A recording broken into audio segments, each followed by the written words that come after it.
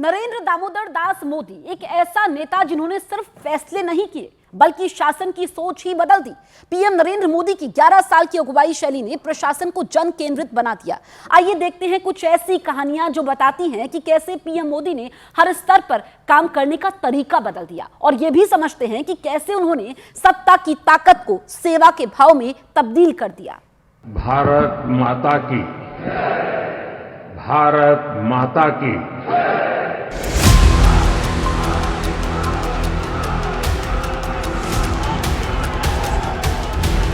A transformation of governance cannot happen without a transformation in mindset. एक यात्रा जिसमें सेवा है, जिसमें सबक है, एक यात्रा जिसमें अथक अनवरत निश्चय का भाव है। ये कहानी है नरेंद्र दामोदर दास मोदी के उन 11 वर्षों के राजनीतिक सफर की, जिसमें न सिर्फ ब्यूरोक्रेसी के ताने बाने को समझा गया बल्कि अधिकारियों के भीतर समानता और खुलकर बात रखने का विश्वास पैदा किया गया। विदेश मंत्री एस जयशंकर पीएम मोदी के साथ अपनी पहली विदेश यात्रा की कहानी बताते हैं तो पता चलता है कि कैसे पीएम मोदी ने जूनियर अधिकारियों को भी मुखर होने का मौका दिया। When the conversation started, he started with the junior most person, so that the junior most person was not influenced by what the senior person said. So today, for example, if I travel with him, I'm the last person to speak because I'm the minister. All my other colleagues express their views very open, and he would actually give more time to those who had something. I don't want to say who had something to point out. I mean, if you started saying, "Sir, that was wonderful and that was fantastic," he moved on to the next person. अपने पहले ही संबोधन में देश के प्रधानमंत्री नरेंद्र मोदी ने अधिकारियों को भी साथ आने का मंत्र दिया था। ये इन्होंने शुरू में कहा था कि मैं साइलोज में काम नहीं करता और मैं अधिकारियों से उम्मीद करता हूँ कि वह किसी भी प्रकार से साइलोज में काम नहीं करेंगे। आज भी वो इस मत के हैं कि अधिकारीगण अपनी मानसिक अनुशासन में साइलोज में काम करते हैं।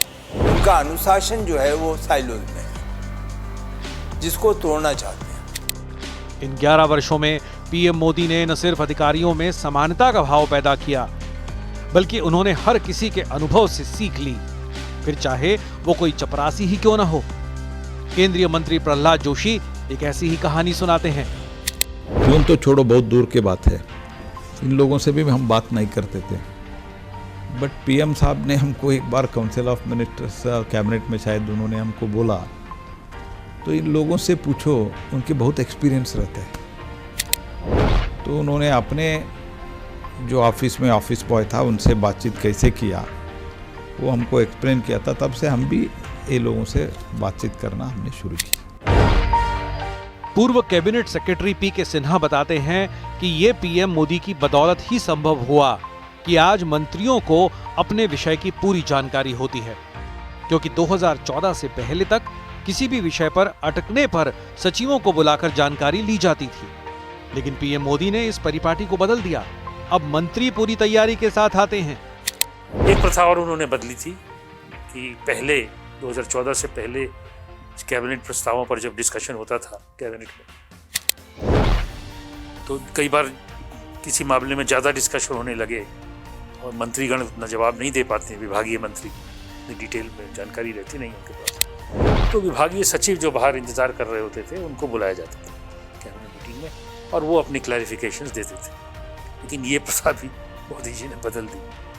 हमारे टाइम में, मेरे पूरे कार्यकाल में सचिवों को कभी नहीं बुलाया गया। उनकी अपेक्षा यही रहती थी कि मंत्रियों को पूरी जानकारी होनी चाहिए अपने विषय की, कैबिनेट सेक्रेटरी को पूरी जानकारी होनी चाहिए। खास बात यह है कि पीएम मोदी की इन नीतियों का असर ये हुआ कि अब मंत्री न सिर्फ अपने विषय को पूरी तरह जानते हैं, समझते हैं, बल्कि एक दूसरे के विषय की भी पूरी जानकारी रखते हैं। ये भी मैंने इन्हीं में देखा, पहले नहीं देखा था। मैं तो बहुत समय से भारत सरकार में काम कर रहा था। कि कैबिनेट में कोई प्रपोजल लिस्ट हो उसके पहले बड़ी डिटेल ब्रीफिंग लेते हैं मोदी जी।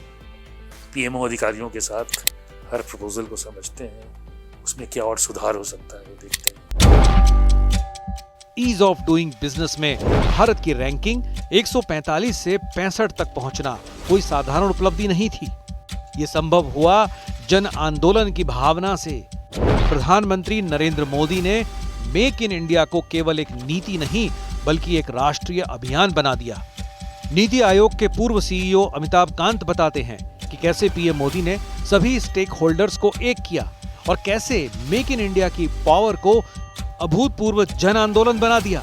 ग्रासरूट लेवल से आप मोमेंटम शुरू करिए, तो उस पर बड़ी मेहनत हुई हमने। सारे रूल्स रेगुलेशन हटाए गए। वर्ल्ड बैंक की ईज ऑफ डूइंग बिजनेस में हम 145 रैंक पे थे, हमने करीब 80 रैंक जंप किया तुरंत। तो ये सब जन आंदोलन की वजह से हुआ। ये सारे के सारे जो बदलाव आए ये जन आंदोलन बनाने की वजह से हुए, क्योंकि इंडस्ट्रीज जो कह रहा था उसकी सुनाई हुई। सुनाई के बाद कार्यक्रम हुआ। ये 11 वर्ष ये भी बताते हैं कि कैसे पीएम मोदी ने जन भावनाओं की कद्र की। राम मंदिर का निर्माण और उसका श्रेय जनता को देना एक अभूतपूर्व मिसाल कही जा सकती है। उन्होंने जो उस समय कहा कि समाज का ये मंदिर है, समाज के सहयोग से ये मंदिर बनना चाहिए। आज जो करोड़ों करोड़ों लोगों ने अपने सहयोग प्रदान किए हैं, गरीब ने भी किया है, ठेले वाले ने भी किया है, इसलिए पूरा देश इसके साथ जुड़ा है। देश के गृह सचिव गोविंद मोहन बताते हैं कि कैसे प्रधानमंत्री नरेंद्र मोदी ने राष्ट्रध्वज को औपचारिकता से उठाकर जन भावना से जोड़ा। पहले जो तिरंगा केवल विशेष दिनों तक सीमित था, आज वो हर घर की छत पर शान से लहराता है। यानी हर घर तिरंगा सिर्फ एक अभियान नहीं, जन भावना बन चुका है। राष्ट्रगान नामक एक हमने कार्यक्रम किया। उसमें यह था कि हर व्यक्ति राष्ट्रगान गाएगा और उसको एक सेल्फी लेके अपलोड करेगा। इसी भावना के तहत हर घर तिरंगा में भी हमने राष्ट्र का एक प्रतीक लिया जो हमारा तिरंगा है। प्रधानमंत्री नरेंद्र मोदी ने जंगल की आग को केवल एक आपदा नहीं बल्कि राष्ट्रीय प्राथमिकता माना। नेशनल डिजास्टर मैनेजमेंट अथॉरिटी के पूर्व प्रमुख कमल किशोर बताते हैं, पीएम मोदी ने डेटा, तकनीक और जन भागीदारी को जोड़ते हुए फॉरेस्ट फायर मैनेजमेंट का खाका बदल दिया। इसरो और एफएसआई की मदद से अब जंगल की आग शुरुआत में ही पकड़ ली जाती है। हिमाचल और उत्तराखंड में पीएम मोदी ने चीड़ की पत्तियों से आग रोकने के साथ साथ रोजगार का नया रास्ता भी खोला। हमारे अभी जो प्रोग्राम शुरू किए गए हैं प्रधानमंत्री जी के निर्देशों के हिसाब से, देश के करीब 150 जिले ऐसे हैं जहां पर हमें फॉरेस्ट फायर को कंटेन करने की ज़रूरत है, फॉरेस्ट फायर के जोखिम को कम करने की ज़रूरत है।